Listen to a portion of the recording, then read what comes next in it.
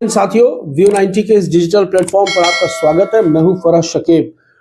2020-21 के दिल्ली शराब नीति मामले में कल रात 8:30 बजे दिल्ली के मुख्यमंत्री अरविंद केजरीवाल की ईडी के द्वारा गिरफ्तारी की गई है और इस गिरफ्तारी से भारतीय जनता पार्टी को कितना चुनावी लाभ मिलेगा ये तो खैर 4 जून को पता चलेगा, लेकिन इंडिया अलायंस को इसका त्वरित लाभ मिलता हुआ दिख रहा है।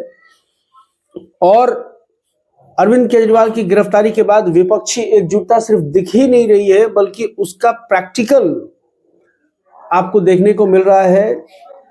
मैं आपको बता दूं कि सबसे पहले तो जैसे ही गिरफ्तारी की खबर आई, तमाम विपक्षी नेताओं के जो टिप्पणियां आई हैं वो आपके सामने मैं रखना चाहता हूं।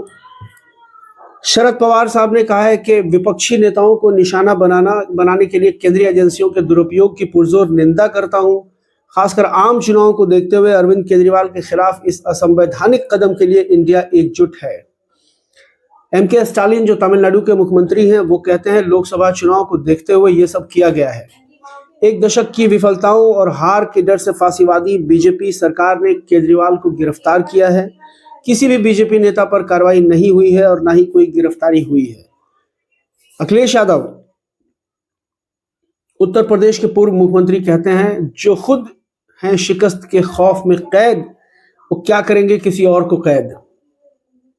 बीजेपी जानती है कि वो फिर दोबारा सत्ता में नहीं आने वाली है, इसी डर से वो चुनाव के समय विपक्ष के नेताओं को किसी भी तरह से जनता से दूर करना चाहती है। गिरफ्तारी तो बस एक बहाना है। और सबसे आक्रामक टिप्पणी जो है वो राहुल गांधी की आई है। उन्होंने कहा है एक डरा हुआ तानाशाह एक मरा हुआ लोकतंत्र बनाना चाहता है। मीडिया समेत सभी संस्थाओं पर कब्जा, पार्टियों को तोड़ना, कंपनियों से हफ्ता वसूली, मुख्य विपक्षी दल का अकाउंट फ्रीज करना भी असुरी शक्ति के लिए कम था, तो अब चुने हुए मुख्यमंत्रियों की गिरफ्तारी भी आम बात हो गई है। मुख्य विपक्षी दल के अकाउंट फ्रीज करने का जो मामला है वो जो राहुल गांधी ने उठाया है, वो वास्तव में यह है कि कांग्रेस के तमाम अकाउंट्स को इनकम टैक्स के द्वारा फ्रीज कर दिया गया है। ये एक बहुत बड़ी खबर है इस लोकतंत्र में, लेकिन ये अलग बात है कि गोदी मीडिया के लिए या मुख्यधारा की मीडिया के लिए विपक्ष के खिलाफ होने वाली दमनात्मक कार्रवाइयों का कोई मतलब अब नहीं रह गया है। उसको सरकार से सवाल करना चाहिए कि उसने किस अधिकार के तहत विपक्ष कांग्रेस पार्टी के जो तमाम अकाउंट्स हैं उनको फ्रीज किए गए हैं। कांग्रेस पार्टी का कहना है कि अब उसके पास चुनाव लड़ने का भी पैसा नहीं है। तो आप अंदाजा लगा सकते हैं कि किस तरह सत्ता के द्वारा विपक्षी एकता या विपक्षी नेताओं का दमन किया जा रहा है। इससे अलग आज शाम विपक्ष के नेताओं ने चुनाव आयोग से मुलाकात की है इस पूरे प्रकरण को लेकर के कि जब आचार संहिता लगी हुई है तो ऐसी स्थिति में एक निर्वाचित मुख्यमंत्री को गिरफ्तार करना कहां तक उचित है, और जबकि आपके पास कोई सबूत भी नहीं है। ईडी के पास कोई सबूत नहीं है, कोई पुख्ता सबूत नहीं है ईडी के पास केजरीवाल की संलिप्तता है इस मामले में। उसके लिए ना मनीष सिसोदिया के खिलाफ कोई सबूत आज तक ईडी दे पाई है, ना सत्येंद्र जैन के खिलाफ, ना ही संजय सिंह के खिलाफ कोई सबूत ईडी आज तक कोर्ट में पेश कर पाई है। बस एक सप्लीमेंट्री चार्जशीट देती रहती है और बिल कैंसिल होता जाता है। और क्योंकि ये जो गिरफ्तारियां हुई है ये पीएमएलए 45 जो ईडी का एक्ट है पीएमएलए 45, उसके तहत ये गिरफ्तारियां हुई हैं, जिसमें आपको ईडी के पास ये अधिकार है कि वो आपको अंतहीन समय तक जो है जेल में सड़ा सकती है बिना किसी कारण के, बिना कोई सबूत कोर्ट को दिखाए हुए। तो ये इस तरह का दमन जो है विपक्ष के खिलाफ सत्ता के द्वारा किया जा रहा है। अब आप इस ईडी प्रवर्तन निदेशालय जो फिलहाल आरएसएस का एक आनुवांशिक संगठन है और भारतीय जनता पार्टी का एक जरूरी घटक दल है जो बाहर से समर्थन में है सरकार के, उसके जो कुछ कुकर्म है, कुछ क्रियाकलाप है, उन पर भी आप नजर डाल लीजिए। 2014 से लेकर सितंबर 2022 तक ईडी ने कुल 121 नेताओं को गिरफ्तार किया है, 121 मामले दर्ज किए हैं, जिसमें से अपोजिशन के 115 नेता हैं। आप अंदाजा लगाइए 95% जो ईडी के द्वारा कार्रवाई की गई है वो विपक्ष के खिलाफ की गई है। इसमें कांग्रेस के 24 हैं, तृणमूल कांग्रेस के 11 हैं, आरजेडी के 5 हैं, बहुजन समाज पार्टी के 5 हैं, तेलुगु देशम पार्टी के 3 हैं, आम आदमी पार्टी के 3 हैं, डीएमके के 6 हैं, एनसीपी के 8 हैं, शिवसेना के 6 हैं, और ये लिस्ट बहुत लंबी हो सकती है। एक और बात आपको समझना जरूरी है कि ये खेल ऐसा ही नहीं चला है कल। और ये जो आपको मैंने एक आंकड़ा दिया है, इसमें ईडी का कन्विक्शन रेट जो है वो 0.1% से भी कम है। तो अब आप सोचेंगे कि अचानक से ईडी एक्टिव हो गई और केजरीवाल को उसने कल रात गिरफ्तार क्यों किया। इसकी कहानी जो है वो संक्षेप में मैं आपको इसी वीडियो में बता रहा हूं।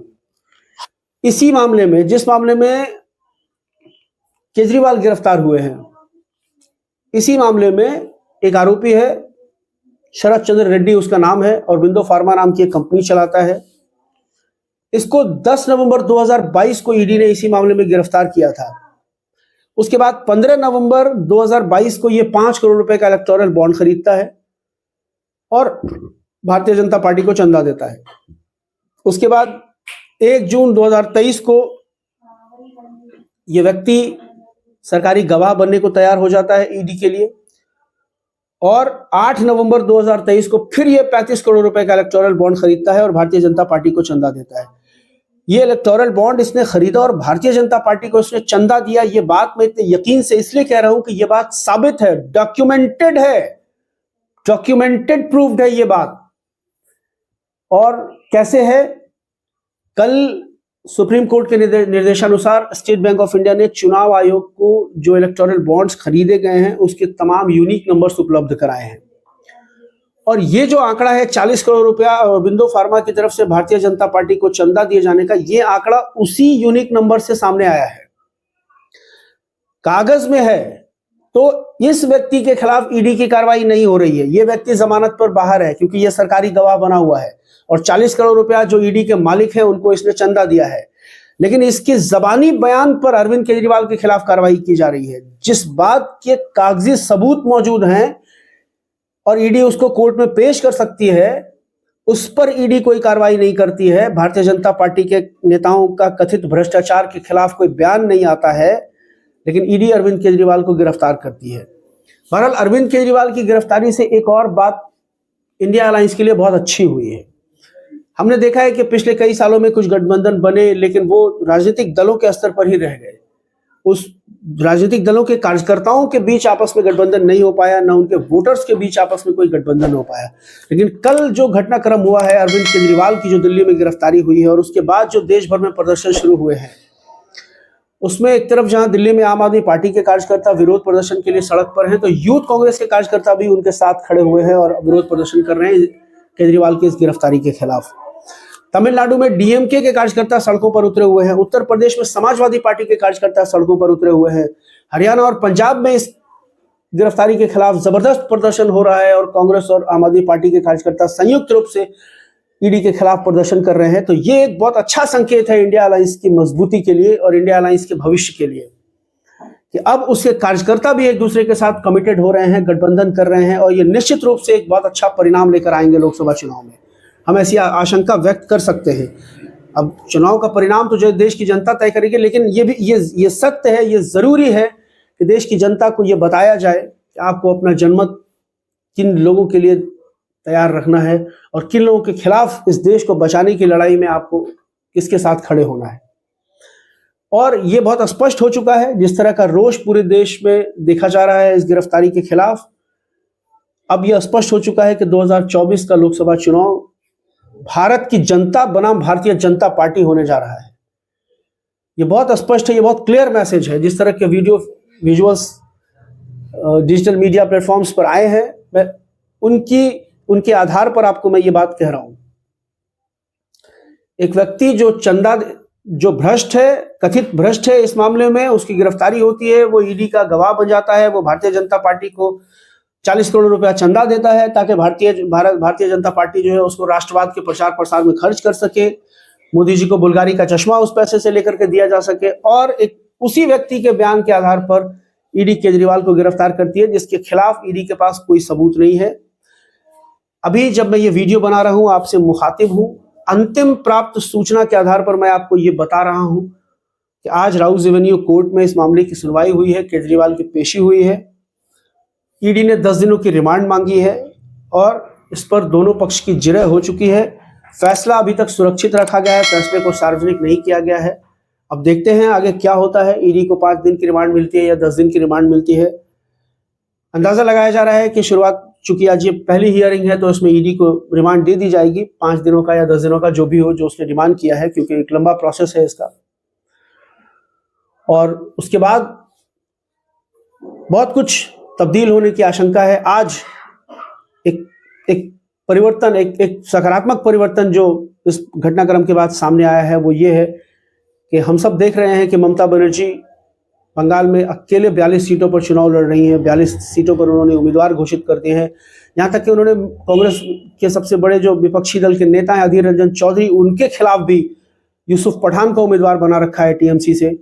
लेकिन आज जब विपक्षी गठबंधन के तमाम नेता, जिसमें सीताराम येचुरी थे, अभिषेक मनु संघवी थे और भी दूसरी पार्टियों के नेता थे, समाजवादी पार्टी से जावेद अली थे, राज्यसभा सांसद हैं, तो उस शिष्टमंडल में तृणमूल कांग्रेस के जो नेता हैं, तृणमूल कांग्रेस के सांसद हैं डेरेक ओब्रायन, वो भी शामिल थे। ये एक बहुत अच्छा संकेत है इंडिया गठबंधन के लिए कि टीएमसी भले ही उनसे अलग होकर चुनाव लड़ रही है, लेकिन उसको भी ये पता है कि बिना विपक्षी एकता के, विपक्षी गठबंधन के, अगर मोदी 2024 में वापस आ जाते हैं तो उनका खुद का सर्वाइवल भी बहुत मुश्किल हो जाएगा। तो फिलहाल इजाजत दीजिए इस अपील के साथ कि हमारी YouTube चैनल को सब्सक्राइब कीजिए और कमेंट सेक्शन में मुझे अपनी ओपिनियंस से अवेयर कराइए। बहुत बहुत शुक्रिया।